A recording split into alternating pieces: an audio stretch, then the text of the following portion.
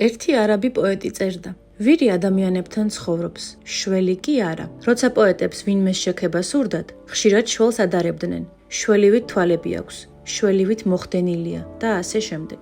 ვინმესგან გაგიგონიათ, რომ კომპლიმენტად ეთქვას ვირივით თვალები გაქვს, ან ვირივით მოხდენილი ხარო. პირველს აქებენ, მეორეს არა. თუმცა ვირი ადამიანებთან ცხოვრობს, ემსახურება მათ, შრომობს, სახრესაც ითმენს მათგან. კაცმა რომ თქვას, ვირსაც ლამაზი თვალები აქვს, მაგრამ თუ თქვენ ვირივით ემსახურებით ხალხს, ხალხი ყოველთვის უმადური და დაუნახავია. არ გიფასებენ შრომასა და ერთგულებას. როცა თქვენ საკუთარ თავს აფასებთ და შველივით არ იკარებთ ადამიანებს, მაშინ გაფასებენ, თუნდაც არანაირი სარგებლის მომტანი იყოთ მათთვის. ხოლო როცა თავს იმცირებთ და ყველაფრისთვის მზად ხართ ადამიანებისთვის, მაშინ ზემოდან გიყურებენ. აქამდეც მithქვამს. თუ გადაჭარბებულ დამოკიდებულებას იჩენთ ადამიანის მიმართ, ნებისმიერი ადამიანის, იქნება ეს ყურადღება, ზრუნვა თუ სხვა გრძნობები, ღმერთი აუცილებლად დაგამცირებთ მათ თვალში. ამიტომ ადამიანებთან ურთიერთობისას უნდა იცოდეს საზღვრები. სიკეთის კეთებასაც ცოდნა უნდა. საჭიროა ბალანსი. თუ არა და რაც არ უნდა თავი დაიმციროთ და ემსახუროთ ადამიანებს,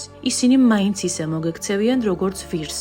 თქვენი მსხვერპლის სათანადოდ და ჭეშმარიტად შემფასებელი მხოლოდ შემოქმედი ღმერთია. სწორედ მის წინაშე გვმართებს უსაზღვრო მორჩილებაც და თავის დამდაბლებაც.